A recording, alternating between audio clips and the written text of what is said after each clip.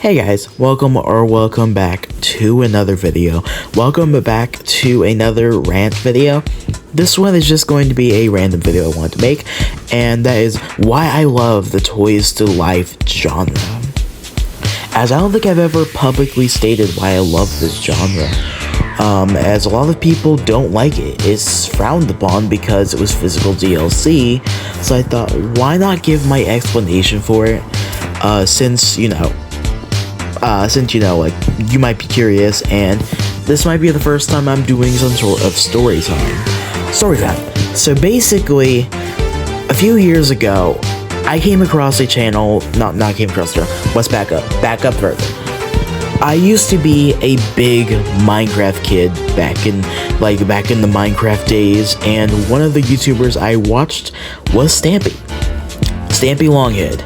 And his content I used to watch all the time along with the other Minecraft YouTubers. That's not what this video, the Minecraft part isn't what this video is about. I just would like you to know the Stampy part, because this is very important for what I'm about to say next. Stampy actually covered Skylanders Trap Team a few years ago. And he actually covered it when it came out. And that was my first exposure to the franchise. And something about it, though, when I was younger, hit me like a rocket. It hit me immediately because it was just a cool concept. And then, not that long after, I found the figures in store. And it's just like the boxes, the trap, like that it's in, the trap team stuff. It's just really, really cool concept that was very thought of.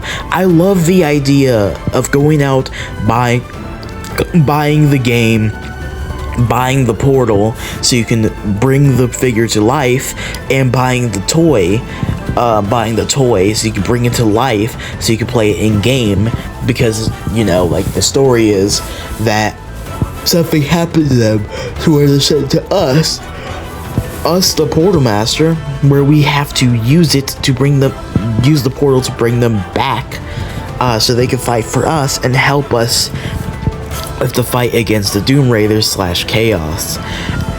And that's just so cool, just seeing these games, and it's just so fun.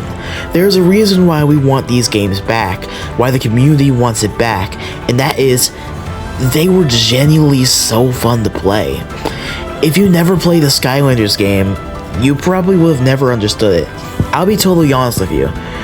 If you didn't play Skylanders when it was a thing, or didn't watch videos when it was a thing, you're not gonna understand the hype.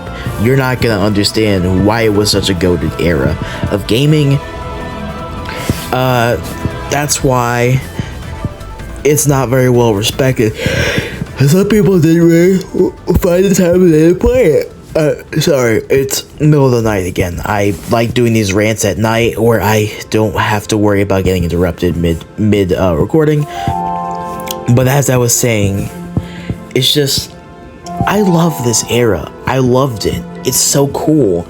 I just think, honestly, that LEGO Dimensions really dried it out, which is something I kind of wish they didn't do.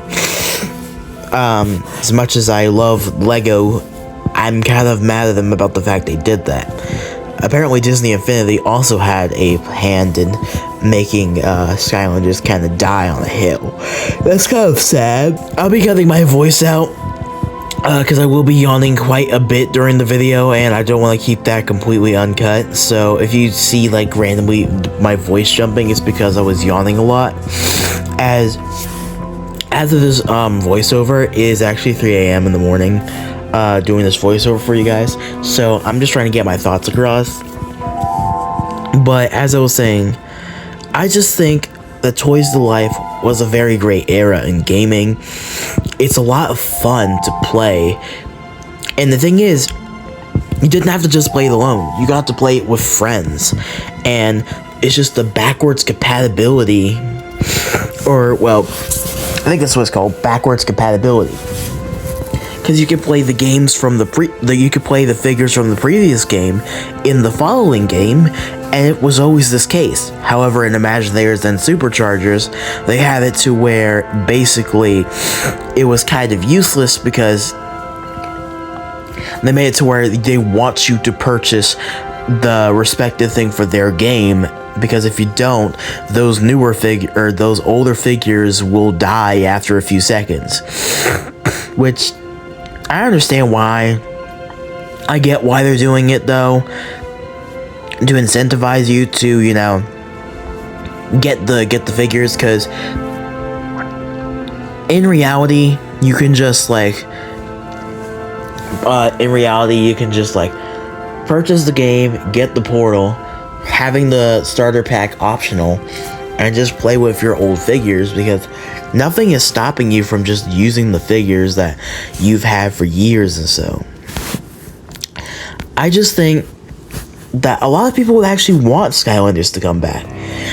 It's not just like U2s. Like, we have had a bunch of stuff happen recently in terms of Skylanders. We got the Wave 1 of the U2 Skylanders and the Wave 2, which was the vinyls and vinyl figures and plushies, which was very, very cool. I actually bought one the other day that was at my local store, or I'm not at my local, it wasn't really local, but it was just where I am that I'm currently visiting, that had the U2s. There was also a Spyro U2's plush that I'm gonna try and get at some point, because it actually looked really, really cool. I'll see if I can put a picture on the screen of what it looks like, but it looks like something I would want. It's very, very cool. And it's not just me saying it's cool though, because I think it's cool though. I genuinely just love gaming, and I just love the good stuff though. And let's be honest.